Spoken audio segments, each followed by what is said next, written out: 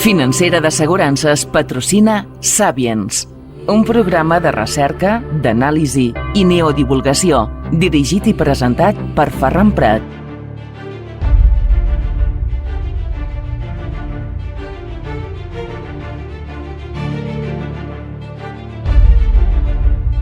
Salutacions, saludos, benvinguts, ben trobats, welcome al Sapiens. Les habla su amigo Ferran Prat.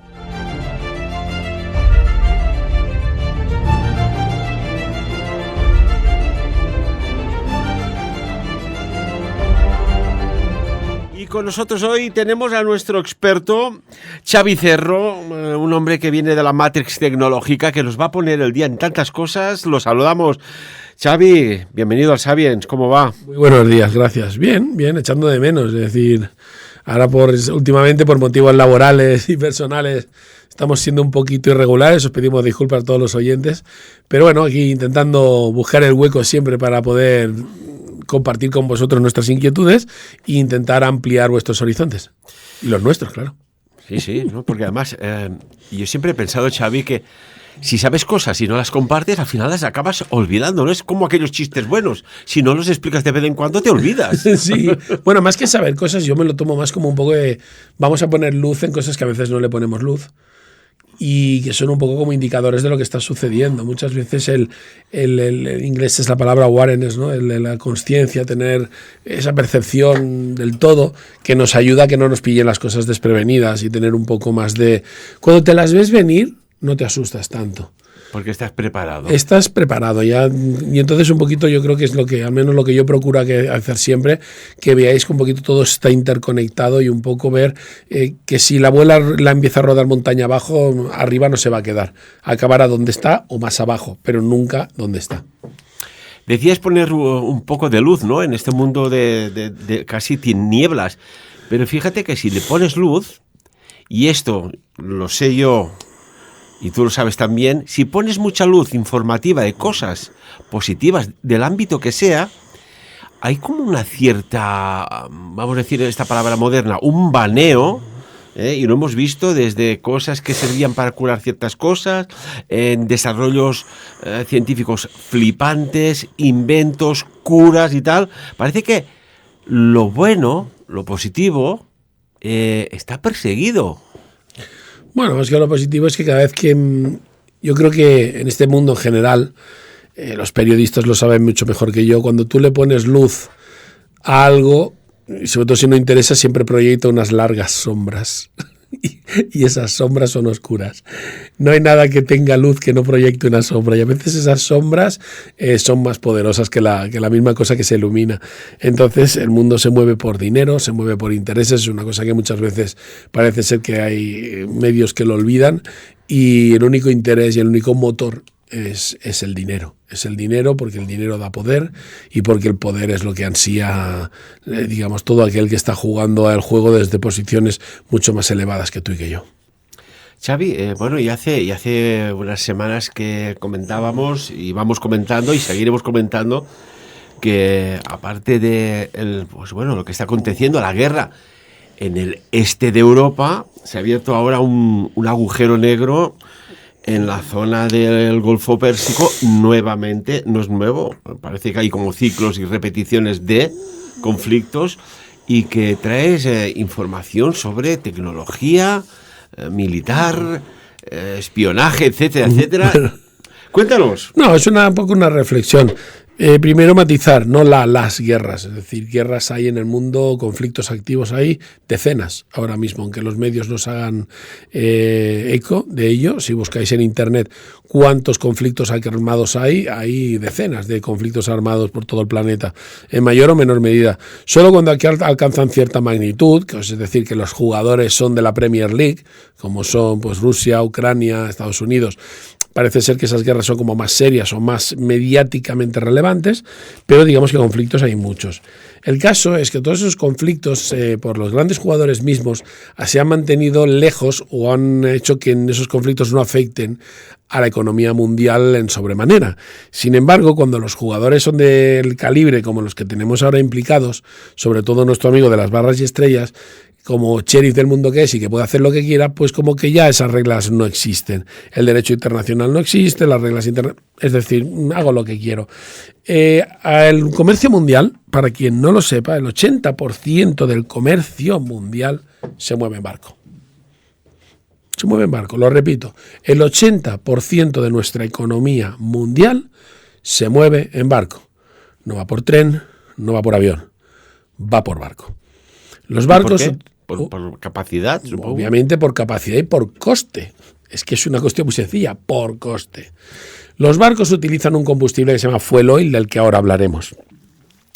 El caso es de que los barcos son la solución mundial. ¿Por qué? Porque tú puedes circunnavegar el planeta prácticamente por el Ecuador, junto al estrecho de Panamá y el canal de Suez, menos tener que rodear la península de la India. El resto del camino podrías hacerlo casi por el Ecuador. Con lo cual todas las zonas de producción y venta están interconectadas por caminos relativamente cortos. Es decir, tú podrías salir desde Japón, ir hacia las costas de Centroamérica, pasar por el canal de Panamá, tirar recto hasta el estrecho de Gibraltar, del estrecho de Gibraltar atravieso todo el Mediterráneo, paso por el canal de Suez, atravieso el Mar Rojo, salgo por el estrecho de Hormuz y de ahí tiro recto de nuevo hasta Japón. Y le he dado la vuelta al planeta sin tener que hacer el viaje que hizo Magallanes. Entonces, obviamente esos dos estrechos son fundamentales para el comercio mundial. Tanto es así que el canal de Panamá estuvo controlado por los estadounidenses muchísimos años, hasta que ya delegaron el control en el gobierno de Panamá, y el canal de Suez también es una zona considerada de control internacional. Digamos que Egipto poco tiene que decir de lo que ocurre ahí. Sin embargo, el estrecho de Hormuz es una formación geológica normal, natural, y allí no hay puertas, no hay canales, no hay nada, pero es muy estrechito. ¿Qué significa? Que con poner piezas de artillería en una de las dos costas, barco que pasa, barco que hundo, en plan como las Islas Piratas. ¿Sería como unas termópilas griegas en agua? Digamos que por ahí pasan casi el 70% de los barcos del comercio mundial. Por ese estrecho. Es mucho. Y no pasan solo barcos con mercancías, pasan barcos con energía. ¿Por qué? Pues porque obviamente Oriente Medio, Qatar, Kuwait, Arabia Saudí, como mayores productores del mundo de petróleo y sus derivados, digamos que mandan todo por barco. ¿Y a dónde van por el estrecho de Hormuz? Porque si van para Europa, pues sí, tiran para el norte y pasan por el canal de Suez. Pero Taiwán, Hong Kong, Japón se alimentan de los barcos que pasan por el estrecho de Hormuz. Así que aquí tenemos una especie de pelota que se mueve de la cola. Por un lado, los barcos utilizan fuel oil. ¿Qué es el fuel oil? Cuando el petróleo se mete en una refinería, imaginaros un vaso muy largo, muy alto, donde yo meto el petróleo y empiezo a destilarlo. El petróleo no se convierte como el agua en vino, no. El petróleo es un hidrocarburo que lo que hace es que en ese proceso de refinamiento se producen una serie de sustancias, todas diferentes, de mayor y menor densidad. Las que son de menor densidad, que son las más ligeras, se van a ir a la parte de arriba de este vaso. Sería como el agua y el aceite. Imaginaos un vaso con agua, aceite y tierra. La tierra se va al fondo, es el más denso, es el más sucio, es un petróleo muy denso. De ahí vamos a sacar el fuel oil, es una especie de alquitrán. En medio se van a quedar una serie de productos que voy a utilizar para 1000 cosas, porque el petróleo tiene, si buscáis en internet cuántas aplicaciones tiene, son centenares. Y la parte de arriba, la más pura, la más refinada, es la que se utiliza para los combustibles, sobre todo los de mayor potencia, como el queroseno y los combustibles para coches, etcétera, etcétera. Bien, esa parte de abajo que sería decir, bueno, esto es la más mala, ¿no? La menos refinada. Bueno, es que esto es el fuel oil. Entonces, claro, si no hay petróleo, tampoco hay fuel oil, y eso es lo que usan los barcos para moverse. Primer problema de cerrar el estrecho de Hormuz. No hay combustible para los barcos.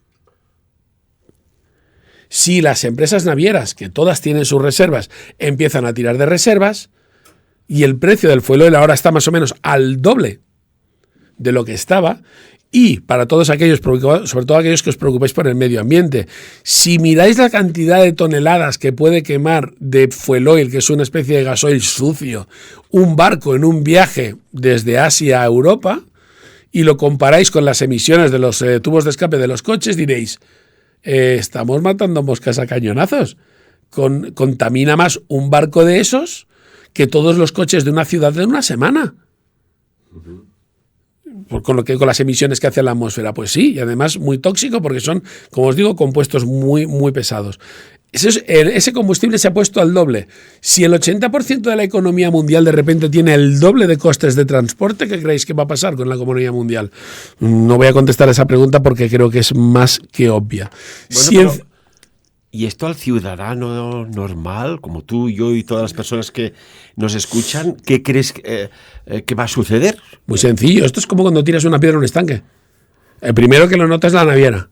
La naviera lo repercute en la fábrica en el distribuidor y el distribuidor al final en el consumidor. Ya está. La onda al final nos llega.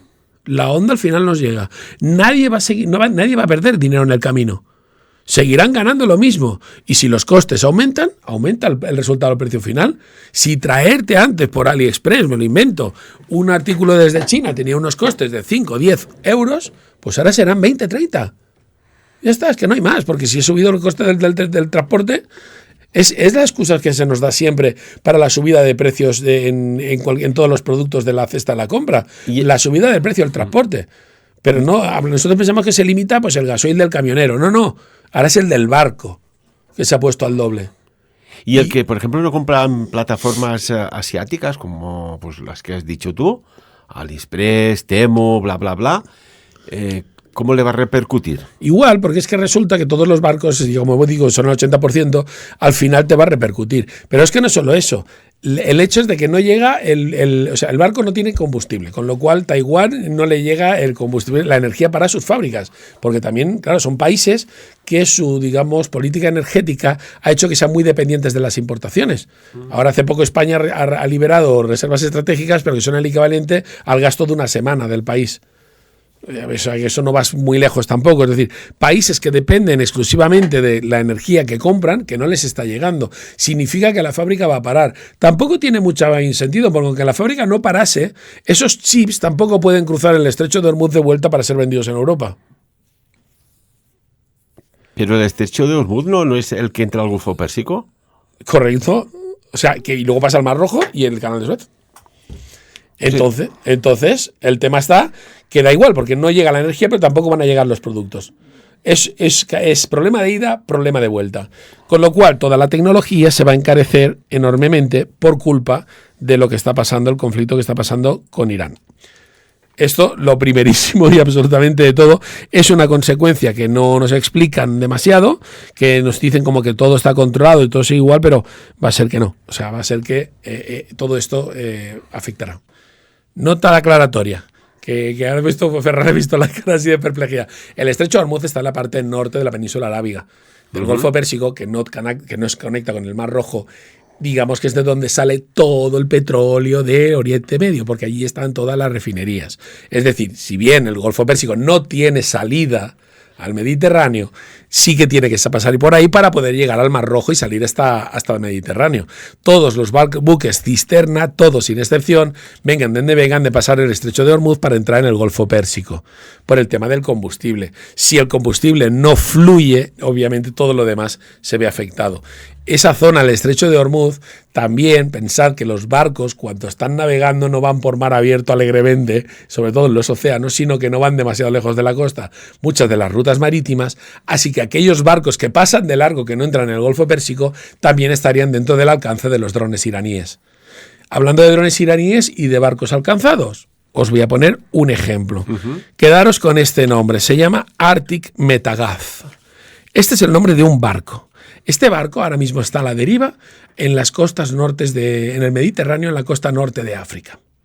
Este barco pertenece supuestamente a la flota fantasma de buques de Rusia. ¿Qué es la flota fantasma? La flota fantasma es, como Rusia está sufriendo embargos por parte de Estados Unidos y los países occidentales para la compra y digamos de que nadie le puede comprar petróleo, etcétera, etcétera, digamos que tiene una inmensa flota de buques viejos, la mayoría de ellos, con banderas de países tan rocambolescos que dices, pero si no tiene ni costa, da igual. El caso es que son con banderas muy raras de empresas que no existen y son petroleros que están por ahí. Entonces, en una de las fases de la guerra de Ucrania, los ucranianos decidieron atacar estos buques. puesto que son una fuente de ingresos para el gobierno ruso. Los atacaban ya incluso en aguas internacionales, es decir, la guerra no entiende ni de líneas, ni de tratados, ni de ningún tipo de ley. Ya Estados Unidos lo ha demostrado, con Ucrania está pasando lo mismo.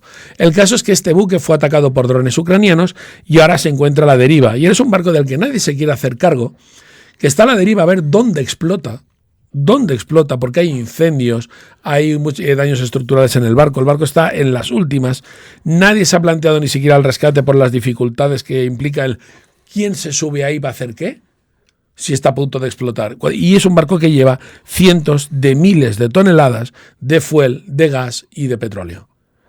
Que donde explote, el daño ecológico va a ser, lo del Prestige va a ser una broma comparado con lo que va a hacer esto. ¿Os recordáis aquella desgraciada explosión que hubo en un silo de grano no hace mucho en un país de Oriente Medio? De Oriente Medio. Sí, en un puerto. En un puerto, pues la onda expansiva fue terrible. Será una broma comparado si explota ese barco. Claro, porque el Arctic Metagaz fue atacado no hace mucho, ¿no? Y fue atacado, si no recuerdo mal, en el sureste de la isla de Malta. O sea que, si va a la deriva...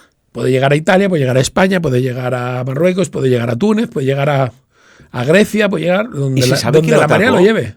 Porque se sabe que hubo un ataque de dron. Pero sí. ¿Quién lo atacó? Los ucranianos. Está claro, el ruso, al que se le ha pedido responsabilidad, como diciendo, es tu barco, ha dicho, no, esto no es asunto mío, que se ocupe el que lo tenga cerca. Eso ha sido la respuesta rusa. Así que me imagino que algún país, cuando se sienta amenazado de que se acerque demasiado a su costa, decidirá hundirlo con un ataque aéreo o alguna cosa por el estilo.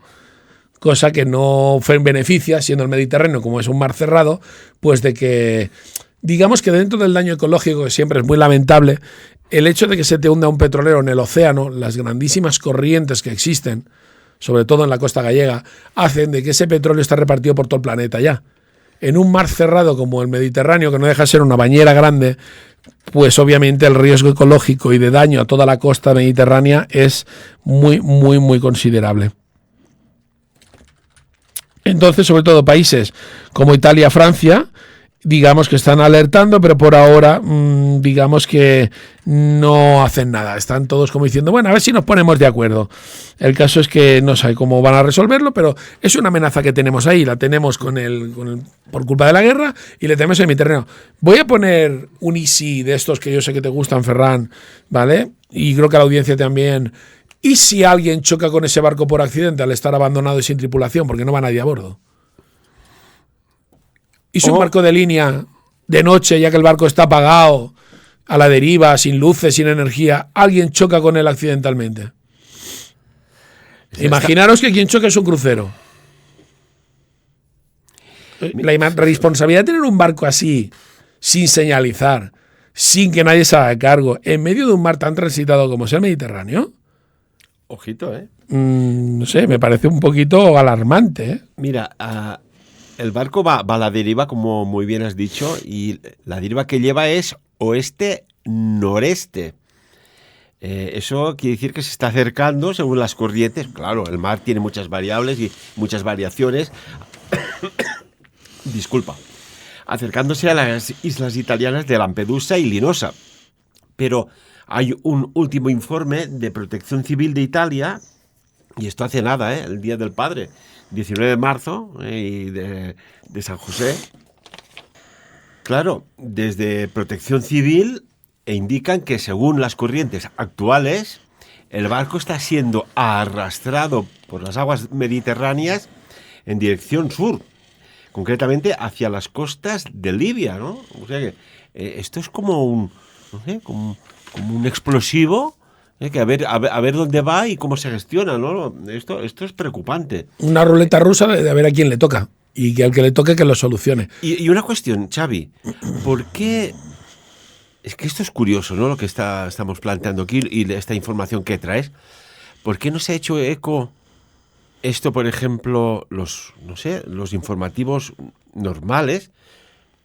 ¿Cabe la posibilidad de que la industria del turismo marítimo mediterráneo le interese que esto en modo silencio porque puede de alguna manera afectar a los viajes transatlánticos de cruceros de placer en el Mediterráneo? Yo creo que va más allá. Es decir, los gobiernos es no alarmemos a la población, no hagamos que cunda el pánico, no hagamos que cunda el miedo.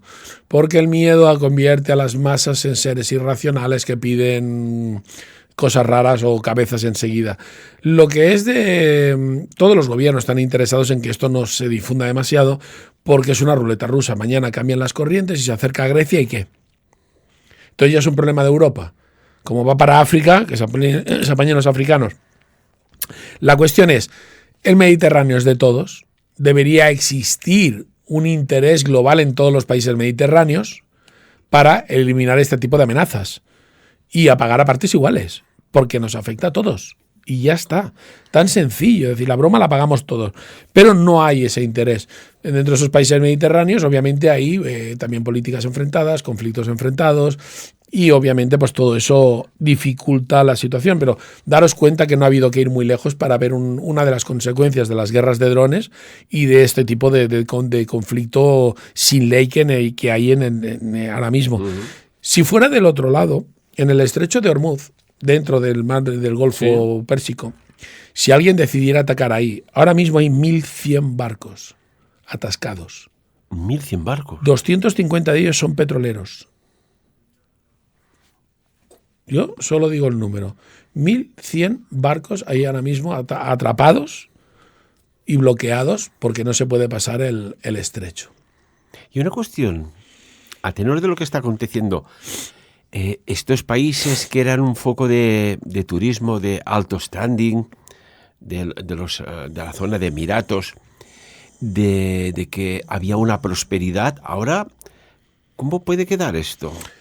Lo que está pasando sobre todo... Lo digo, permíteme, claro, nadie se pensaba en este ataque combinado de Israel-Estados Unidos hacia Irán, que Irán atacara todos estos países que están, tan cercanos, ¿no? Atacando las bases americanas. Mi opinión personal, obviamente, no soy un analista bélico ni un analista en este sentido, pero mi opinión, que creo que compartirán muchos de nuestros oyentes, es que quizás han ido a morder un hueso más grande de lo que pueden tragar. Irán e Irak estuvieron en guerra durante una cantidad de años bestial, no sé si fueron 21 años de guerra, donde a Irak le ayudaron los norteamericanos. De hecho, ahí todo lo que tenía Saddam Hussein cuando dejó de ser amigo de los Estados Unidos, al que ellos encumbraron, por cierto, al poder, pues los americanos sabían muy bien de qué constaba el ejército iraquí porque todo el material era norteamericano, se lo habían vendido a ellos, sabían hasta los números de serie de todos los tanques y los jeeps que tenían porque te los he vendido yo. Y recordar que en Irán su aliado y a quien le ayudaba fue la antigua URSS. Y la guerra de Irán-Irak fue un escenario donde las grandes potencias se medían unas a otras en un entorno alternativo, sin poner en riesgo sus territorios, pero que tenían directamente un conflicto abierto porque los que ayudaban a Irak y los asesores eran americanos y en la otra parte eran los soviéticos. De hecho, Putin sigue siendo un firme aliado de Irán y del régimen de los ayatolás. Les ha mostrado públicamente más de una vez su apoyo y no hay que olvidar pues de que es una región que está acostumbrada a la guerra y que, como pasó con Afganistán, que fueron a triunfar allí aquellos señores, pues no fue tan sencillo. Son países que por la orografía, la cultura y todo lo que llevan viviendo, digamos que la guerra forma parte de su historia reciente de forma muy constante. Son además un régimen religioso. Y eso hay que tenerlo en cuenta. Cuando tú descabezas un país cuya se mueve no por democracia o por intereses comerciales, que tienen unas reacciones más o menos predecibles porque se mueven por dinero, sino que vas a un país que está regido por un fundamentalismo religioso, pues obviamente en nombre de la religión, y la historia nos lo puede demostrar, se han librado guerras santas, se han hecho purgas, se han hecho verdaderas barbaridades. y se salen de toda predicción. Entonces, obviamente, que esta gente ahora vayan contra el mundo en plan kamikaze y molarse, pues era una posibilidad. Toda esa gente tan lista que hay en todos estos países y que promueven y generan estos conflictos, ¿no habían caído en ello? De que esta gente, dada la idiosincrasia del país, no se iba a limitar a decir, como no alcanza a los Estados Unidos me voy a quedar quieto. No. Esta gente está dañando los intereses estadounidenses, dañando a sus grandes amigos. Y si pudieran volar a Arabia Saudí en pedazos, yo creo por desgracia lo harían, porque eso sería el mayor daño que le podrían hacer sin poder llegar sus misiles a Estados Unidos a la economía estadounidense. ¿Cuál es el problema? Que la economía global va ligada a la economía estadounidense. Hoy por hoy, hasta que no se despolarice el mundo, va muy ligada. Entonces, la energía y el petróleo, daros cuenta, y ahora que hemos hablado del Estrecho de Hormuz, daros cuenta qué puerta tan pequeña tiene la cámara del tesoro del planeta. Sin energía, sin petróleo, y como os decía, Taiwán, por ejemplo, importa el 97% de su energía. ¿Sabéis lo que significa eso? Que si no le llega petróleo no tiene ni luz para las casas. Y después hay una cosa. China está al acecho de Taiwán. Imagínate una caída energética de Taiwán. Esto debilitaría todo, ¿no? Bueno, no, ya te lo vendo yo. Vamos a ver. Cuéntanos. No sé si os habéis dado cuenta, bueno, no os lo han dicho, claro, tampoco. Se ha destinado una cantidad de dinero ingente, no sé si son 90.000 millones de euros o 90 millones, no lo sé, ¿verdad? Podéis buscarlo, para reparar un oleoducto ruso en territorio ucraniano que ha sido dañado por la guerra. O sea, Europa ha pagado, quedaos con el concepto, sí. Europa ha pagado para reparar un gasoducto ruso que pasa por Ucrania, que se dañó y estaba inservible por culpa de la guerra. Para llevar gas a Europa. Correcto, bueno, para llevarlo para llevar energía a Europa.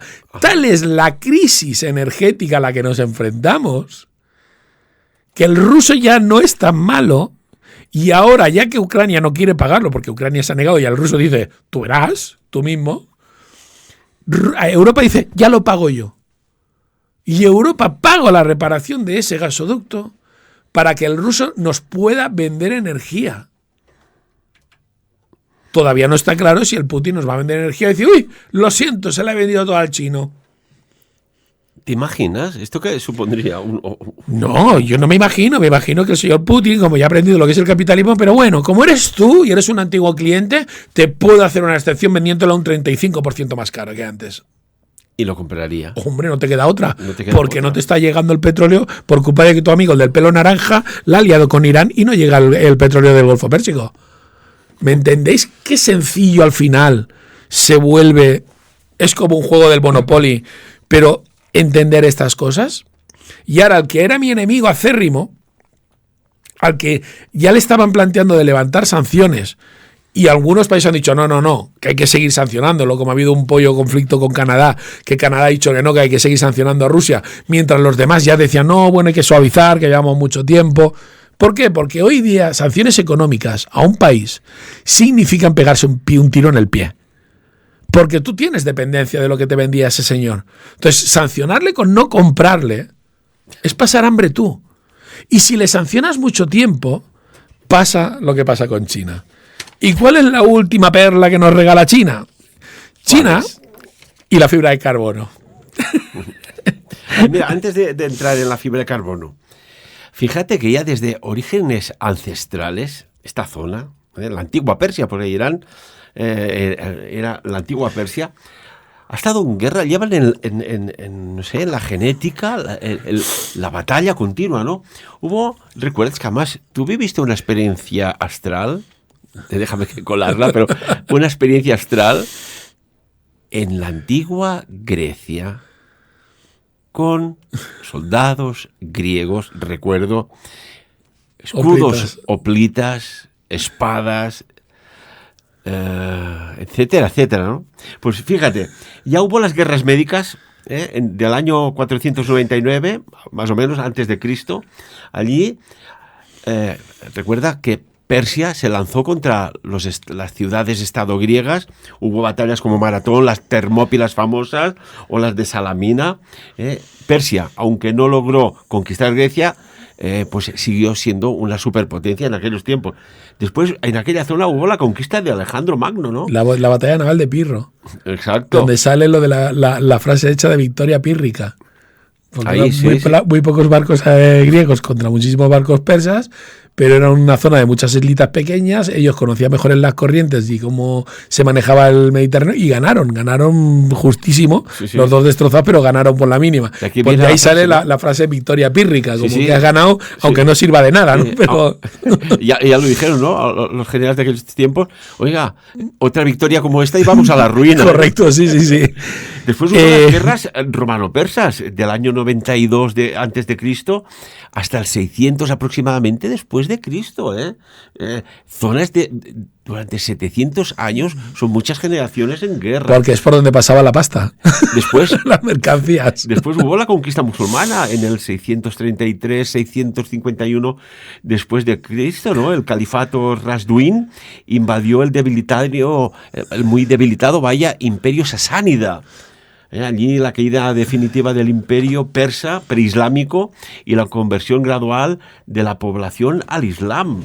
Después hubo las invasiones mongolas en el siglo XIII. El Gengis Khan, como no, también le atraía a Persia. Después hubo la que has comentado tú, la guerra de Irán-Irak. Recuerdo que además nos hicieron hacer en el cole, estábamos en EGB, un trabajo de recortar la prensa, los titulares y la noticia de cómo iba evolucionando aquella guerra, ¿no? Empezó en 1980 y acabó en 1988, poca broma.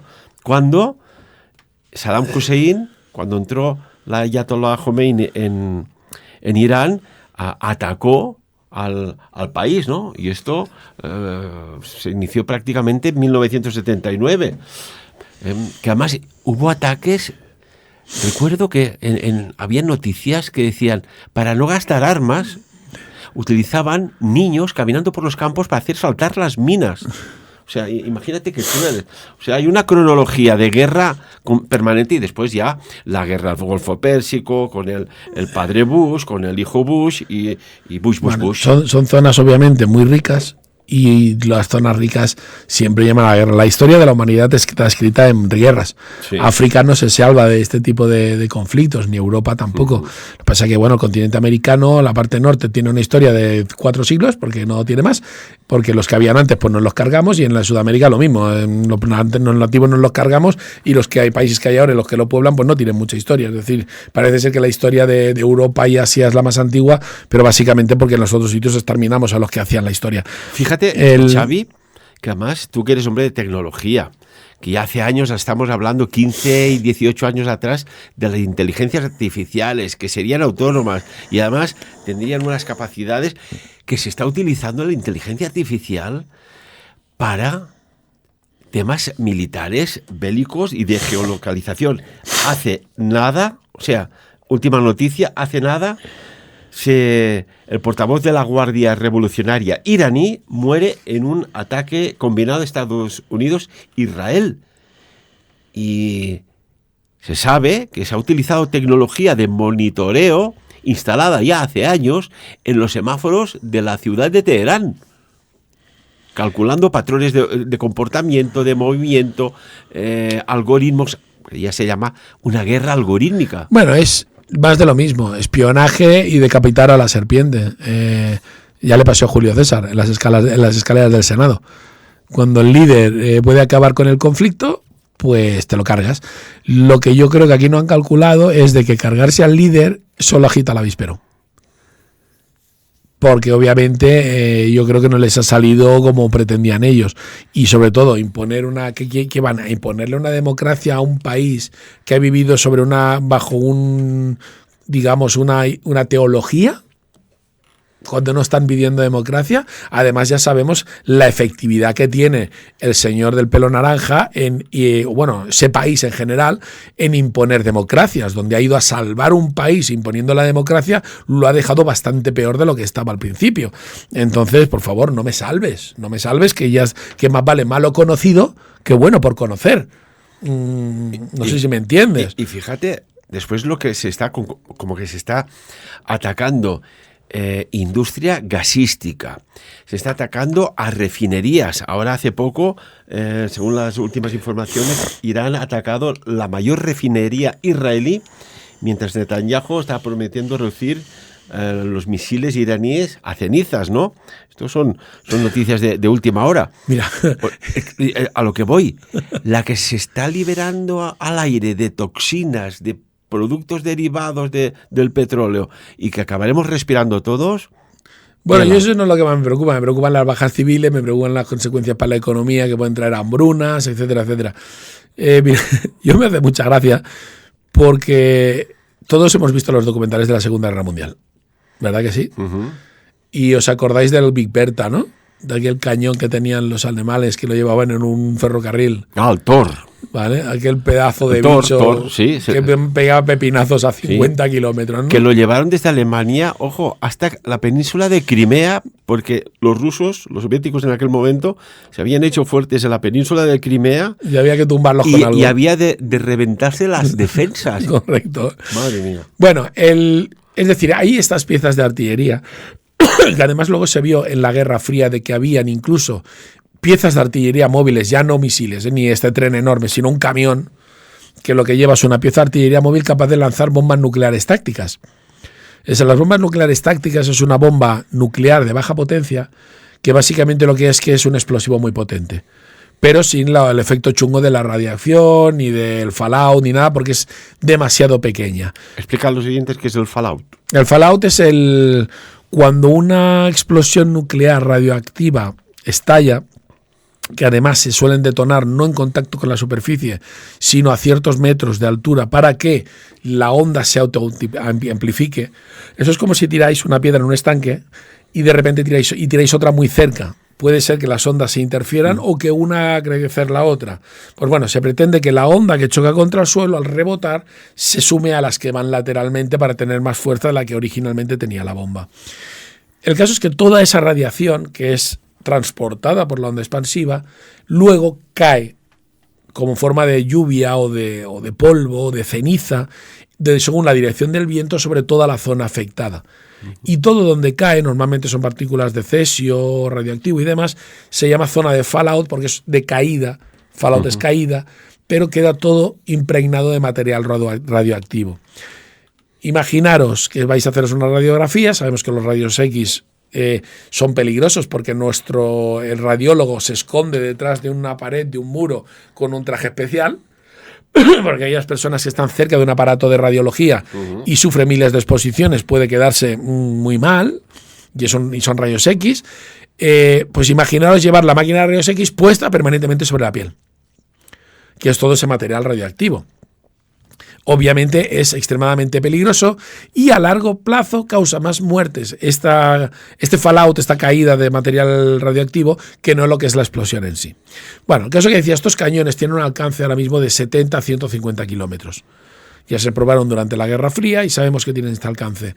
Una bala de cañón, que es un cacho de hierro que baja por propia gravedad, no existe escudo antimisiles que lo pare.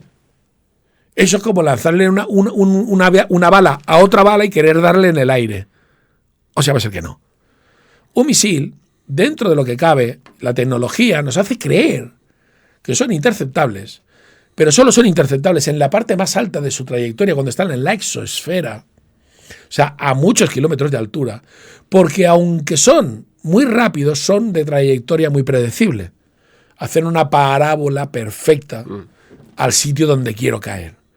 Pero si el misil ya es un poquito más inteligente, como los misiles hipersónicos en los que están trabajando, que van a varias veces la velocidad del sonido, que encima van ajustando su trayectoria y la van cambiando con unos alerones, ya no puedes predecir dónde va a estar el misil de aquí a 10 minutos o de aquí a 3, que es lo que tarda mi misil en llegar a tu punto. Con lo cual son imposibles de interceptar. Las bombas V2 llevaban un giroscopio interno, las que lanzaban los nazis a Londres, sí, para más o menos mantener el rumbo. Pero como eran tan malas, se iban perdiendo y se tenían que ir ajustando continuamente. Por eso, en vez de caer en el centro de Londres, caían a 10 kilómetros, a 20 en el mar. Pero esos misiles hubieran sido imposibles de interceptar, porque ni él sabe dónde va. No puedes predecir su trayectoria. Entonces, los misiles balísticos se construyeron con la tecnología de la exploración espacial y eran de trayectoria de línea parabólica, pero definida. Como ven que eso obviamente es interceptable, pues ahora al cohete le voy a hacer que tenga un programa que mientras vuela hará medio grado para aquí, ahora medio para allá, ahora medio para arriba. ¿Gasto un poquito más de combustible? Sí, pero eso no es el problema. Lo único que me quita es alcance. Pero ahora mi misil, de forma aleatoria, con un algoritmo que lleva dentro, va a ir variando la trayectoria ligeramente, durante medio grado para arriba, abajo, a la izquierda, en cualquier dirección durante todo el vuelo. Pero que ese cambio de medio grado, al cabo de 3 segundos son 30 kilómetros a la derecha, a la izquierda, arriba o abajo. Donde tu misil ya no, la explosión de tu misil no me va a hacer nada. Porque ¿cómo se intercepta un misil balístico? Han inventado un arma que es un láser. Los israelitas tienen un láser. Dicen que tienen un láser, claro, pero claro, el láser tiene que estar enfocado y seguirá al misil un buen rato para transferirle el suficiente calor como para quemarlo. Sí. Si yo apunto al misil y el misil de repente se mueve, no estoy dando nada. Ahora corrijo y se ha vuelto a mover. Nunca apuntaré en el mismo sitio del misil ni el tiempo suficiente para poder derribarlo. Pero que si utilizáramos la artillería convencional, ni láser, ni intercepción, ni nada. Todo lo que se encuentre a 150 kilómetros de esa pieza de artillería es susceptible de ser alcanzada con una bomba nuclear táctica, que no se considera armamento nuclear, sino armamento de alto explosivo. Entonces, quiero decir que todo esto que se nos vende, esa seguridad falsa de que nuestros sistemas están protegidos, que estamos protegidos de misiles, es falso. Y por no decir que la inmensa mayoría de los misiles, por ahorrar dinero, en la Guerra Fría se dijeron, vamos a ver, un misil utiliza un combustible que es como el de los cohetes de exploración espacial. Son unos combustibles del cual no voy a decir el nombre porque siempre parece un insulto en alguna lengua nórdica, ¿vale? Pero ese compuesto vale aproximadamente unos 15.000 a 20.000 dólares el kilo. Y se necesitan toneladas de ese componente para alzar la carga útil de un misil intercontinental o de medio alcance. Ya no te digo lo que sería una lanzadera Apolo. Obviamente, los misiles, como todo en esta guerra, vale dinero. Por lo tanto, nadie se arriesga a lanzar un misil de 21 millones de dólares para que te lo tiren con un haz de luz de una linterna de juguete. Linterna de juguete. ¿Vale? Que podría ser que funcione o no. Esos misiles tenían una salvaguarda o una forma de ser eficaces. Cuando están en la trayectoria, en la parte más alta, y empiezan el descenso, las cabezas se abren y dentro llevan de 8 a 12 cabezas nucleares independientes que van a alcanzar 12 objetivos diferentes. Uf. Cada una con su propio pequeño propulsor. Es decir, es como un ataque de bomba de racimo. Sí. Del cual, por cierto, España, no me enorgullezco, es el mayor fabricante, uno de los mayores fabricantes del mundo. Entonces, esas cabezas van a caer con trayectorias independientes a los puntos designados. ¿Cómo interceptas esas cabezas, todas ellas, una vez se han separado y no sabes dónde van? El riesgo es real. Los sistemas antimisiles, los sistemas anti-Scud, los sistemas Patriot, los sistemas... Es tan infantil como creer que tengo el chaleco antibalas anti-todo, dispárame que no me pasa nada.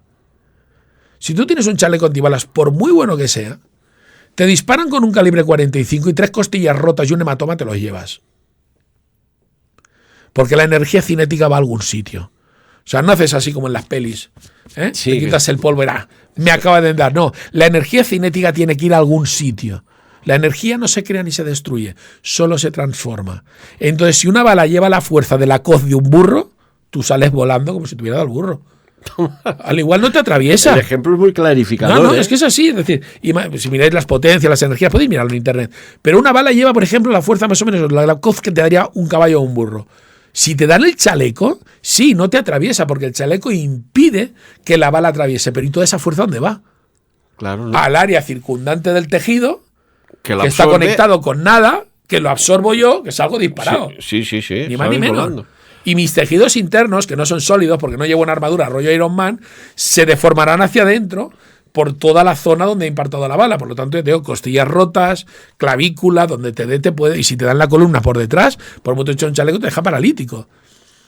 Entonces, es decir, el chaleco antibalas está claro ya que no nos salva, ¿no? Tenemos claro de que no te hace inmune. Tampoco existe la inmunidad contra este tipo de armas. No existe. Y además, pensar otra cosa. Tú tienes el láser de juguete. Este láser, magnífico, no es juguete. El super láser. ¿Vale? ¿Cuántos tienes? ¿Cuántos tienes desplegados? Claro. 2. Pues yo tiro 4 misiles. Solucionado. Solucionado. Depende de la rapidez del disparo del láser, ¿no? Mientras fijas uno, que todos tienen un Sí. índice. O sea, ningún sistema antimisil te da un 100% de eficacia, sino que dan porcentajes 20, 30, 60. Y a veces hay que lanzar más de uno para que ese porcentaje consiga acabar con el misil entrante. Si viene uno, imaginaros en la película Juegos de Guerra. ¿Por qué creéis que ponen esa cara los generales cuando el ordenador está simulando los ataques mundiales globales y ve que se disparan cientos de misiles simultáneamente? Eso no hay sistema que lo gestione. Es imparable. Pues eso es la película de 300, la película del Señor de los Anillos, cuando te viene la lluvia de flechas Sí. y tú estás con tu escudo y te lo miras y dices, me van a dar, es que me van a dar. Cuando dijeron, vamos a luchar en las sombras. Y Hay era en un- la sombra del escudo. Hay una terminología militar Sí. que se emplea ya desde la Primera Guerra Mundial o quizás antes, que son los bombardeos de saturación. Un bombardeo de saturación es un ataque de artillería o de cualquier tipo de ataque a larga Devastador. distancia, que básicamente hay tantas balas en el aire, tantos proyectiles, que alguno te tiene que dar. Eso es la típica frase que hoy vemos en las películas de fuego a discreción. Sí. Fuego a discreción no es si ves algo disparar, no es tú coge el cargador y en la dirección que está el enemigo ves vaciando cargadores. Que alguna bala tiene que darle a alguien. Esto pasó en el asedio de Berlín, ¿no? Cuando los soviéticos dispararon tantos miles y miles De y que los miles de Katyusha. proyectiles que los bosques que estaban cercanos, ojo, cercanos a la zona de disparo, se incendiaban de la temperatura tan alta que los pobres soldados, yo no imagino, Los órganos de Stalin, sí. Sí. Los Katyusha. los Katyuskas y después cañones. Sí, sí, sí. Bueno, pues bueno. y en la guerra, digamos, de misiles, podría ser un término válido. Lo único que pasa, y lo único que frena también, como he dicho, es el dinero. Una bala vale $1. Una flecha, recordad la película de Braveheart, Sí. cuando dice atacar con los arqueros, pero le daremos a nuestro... Dice, no, mandar a la infantería. Hay una batalla de no sé si la de Sterling sí. o la otra que dice, mandad a la infantería. Y su asistente dice, pero señor, ¿por qué no atacan los arqueros? Y dice, porque las flechas valen dinero, Sí, los sí. hombres no. Y dice esto el Sí, rey. sí, es decir, cuando dice, oye, es que daremos a los nuestros, es igual también. también da igual, Sí, pero sí, la sí. flecha... Primero ataca con la infantería Sí. porque las flechas valen dinero. Entonces, claro, lanzar balas... por ejemplo, las ametralladoras se inventaron para eso, para hacer zonas de cover de saturación, donde allí no se mueve ni el tato porque te pueden dar. Valen $1, medio dólar, lo que no lo sé, lo que vale una bala. Un misil vale millones. Entonces, lanzar 10 es el 5% de tu PIB. Entonces, claro, o tienes muy claro que te quieres gastar ese dinero, que luego te vas a quedar sin, o resérvalo, por si acaso. Xavi, y aquí se está hablando pues de misiles, de drones, de armas muy convencionales. Bueno, has mencionado láser, que sabemos que lo tienen, aún no se ha Sí. utilizado. Dicen que sí, el ejército israelí dice que ya ha derribado misiles Sí, con ese ¿no? láser. Bueno, a mí no me Dice. gusta, pero bueno. Dice. Pero aquí hay algo que ha dicho la ministra, bueno, de hecho el Ministerio de las Relaciones Exteriores de Rusia, concretamente María Zakharova, que, ojo, que se está ya abriendo un agujero negro porque ha manifestado su preocupación de Moscú respecto al rápido deterioro de la seguridad espacial y la creciente amenaza de que el espacio se convierta en un escenario de confrontación armada. ¿Esto va a ser el DEFCON 2 de esta guerra que estamos viendo? Bueno, ¿cuánto dinero cuesta tirarte chatarra espacial que esté flotando de tu capital? Si los números me salen, vamos a invertir en ello. Esa es la cuestión, es una cuestión de dinero. Es decir, ¿cuánto cuesta hacer la guerra espacial? ¿Qué es más barato? ¿Qué es más efectivo? Y eso es lo único que les preocupa a los militares, porque los militares al final tienen un presupuesto. Y obviamente no lo van a desperdiciar en tecnologías que al igual, cuando tienen tecnologías probadas que les funcionan. Hablando de misiles, que he dicho que llevamos hablando de misiles, ¿de qué están hechos los misiles? Cuéntanos. En su mayor parte de fibra de carbono. como hemos mencionado antes. Sí, sí, sí. La fibra de carbono tiene muchísimos usos, también civiles y militares, pero dentro de los militares es, los aviones de combate, los misiles, los satélites, las estructuras de fuselaje de cualquier aeronave están hechos de fibra de carbono. En el ámbito civil, aeronáutica también, obviamente, vehículos eléctricos, almacenamiento del hidrógeno, por ejemplo, y drones y dispositivos médicos o equipamiento deportivo de élite. Está hecho de fibra de carbono. La fibra de carbono se mide por una cosa que se llama T y un número. T100, T300, T800. Ese número que viene después es un poco su resistencia. Es lo resistente que es. Y China, como mencionábamos antes, cuando tú obligas a un país a ser autosuficiente porque no le vendes fibra de carbono, porque Japón y Estados Unidos lo monopolizan, el 11 de marzo en el Jet World, o sea, delante de todo el mundo, demostró que ya había alcanzado la fibra de carbono de grado T1200. Es decir, que tiene 8 gigapascales de resistencia. 10 veces más que el acero convencional. 10 veces más.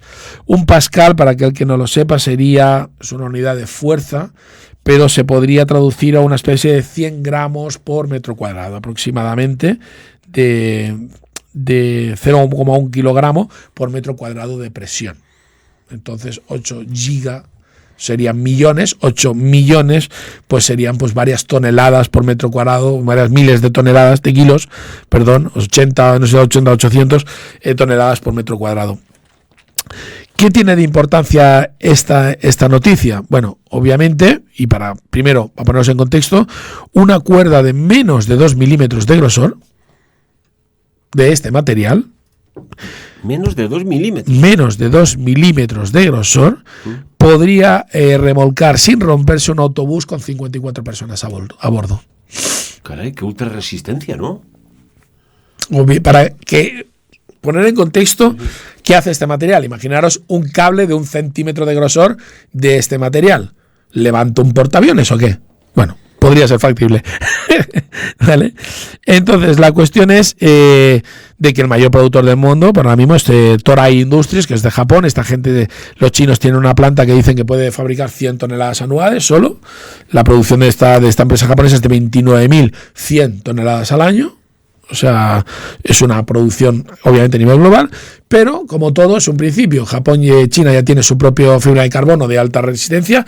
Dicen los japoneses que también la han alcanzado, pero no la han mostrado. Es decir, por ahora es la más resistente del planeta. Y aunque tiene una producción muy baja, a los chinos ya sabéis que les cuesta 0, es decir, pues en vez de una fábrica, monto 1.000 fábricas y ya tengo 10.000 toneladas al año. Ya está. Y me quedo tan ancho. Dentro de la carrera armamentística que tenemos, este es otro avance más y otro punto más a favor de China. ¿Por qué? Porque si tú tienes algo que es con esa capacidad de resistencia y tan ligero como la fibra de carbono, y lo más importante, con los costes de producción de la fibra de carbono, fabricar armas, fabricar aviones de combate, fabricar misiles. ¿El esquí? ¿Para esquiar aquí en la montaña? Sí, lo mismo. El civil es de los esquís. Pero misiles se abarata. Y cuando se abarata la producción de este tipo de armas, como son los misiles, al igual los ataques de saturación ya empiezan a ser viables, porque ya no me cuestan tanta pasta. Entonces, yo os quería hacer solo la luz en este asunto, no tanto por el logro chino, que sí, también está ahí, sino por el hecho de la búsqueda incesante de abaratar las superarmas para que pueda yo producirlas en masa y no ser caras. Ay, Xavi, mira, para finalizar solo una cosa. Al final acabamos viendo algo que se vio en el cielo de Nuremberg. Tienes que cuidarte un poco, ¿eh? Bueno, esto pasa cuando hablamos tanto, ¿eh? Pica la gargantilla. Pues el 14 de abril de 1561, en el cielo de Nuremberg, y así está documentado y grabado por Hans Glasser, hubo un evento bélico en unos tiempos que no existían ni los aviones de papel, entre esferas rojas, extraños misiles, tubos cilíndricos, etcétera, etcétera, y se llama la Batalla de Nuremberg, donde objetos voladores luchaban entre sí, y esa batalla duró, en el tiempo medido en aquellos tiempos, aproximadamente 60 minutos. ¿Qué aconteció allí? que a día de hoy sigue siendo inexplicable. Y me has hecho recordar, hablando de tantos misiles y eso, del efecto o el evento Nuremberg. Bueno, es la tecnología militar, lo he dicho más de una vez, está muy por delante de la tecnología civil. Existen, y no puedo dar fe, pero creedme que existen una cantidad de inventos militares que no se han sacado a la luz pública y que serían de utilidad común porque son una ventaja ahora mismo tecnológica. Y simplemente para respaldar esto que acabo de decir, mirad en Internet, de lo que hablaremos el próximo programa, de Internet y el fin de Internet, por cierto, porque las cosas se avecinan mal. ¿Cuántos inventos se derivaron del segundo conflicto mundial, de la Segunda Guerra Mundial? Y veréis que el velcro y otras muchas cosas son inventos que se desarrollaron con fines militares, por necesidades militares, y que no fue hasta después de la guerra que se comercializaron para el uso civil. Entonces, cuando hay un conflicto, las partes siempre buscan esa ventaja, ese edge, ¿vale? En inglés, esa ventaja tecnológica, y no la difunden, porque si la tengo yo, la tiene el enemigo, ¿qué narices de ventaja es?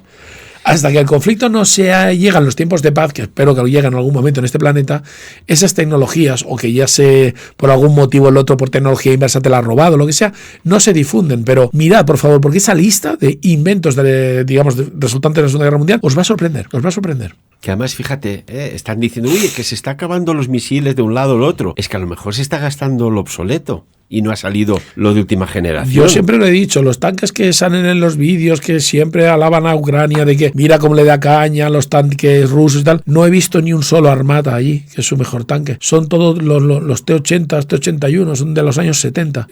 Hay mucho material obsoleto que se puede romper. Es como el Merkava, está considerado uno de los mejores carros de combate del planeta, israelí. Sí. No lo veremos en Palestina. Es demasiado caro. ¿Y si me lo rompen? ¿Me voy a gastar yo un tanque que me cuesta $80 millones para que venga un listo con un misil guiado de $1.500 y me lo reviente? Tiene que ser algo de verdadera necesidad. Nadie saca sus mejores cartas si no es necesario. Menuda partida de póker, hermano. Siempre Xavi Cerro. jugando por abajo.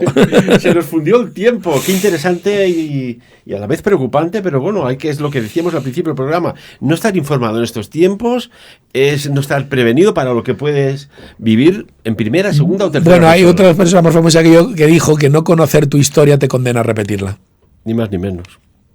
Por eso borran, sea de un color político o de otro, la historia de un país. En fin, Xavi Cerro, de ExCom. Muchísimas gracias, amigo. Un placer, un saludo para todos y todas.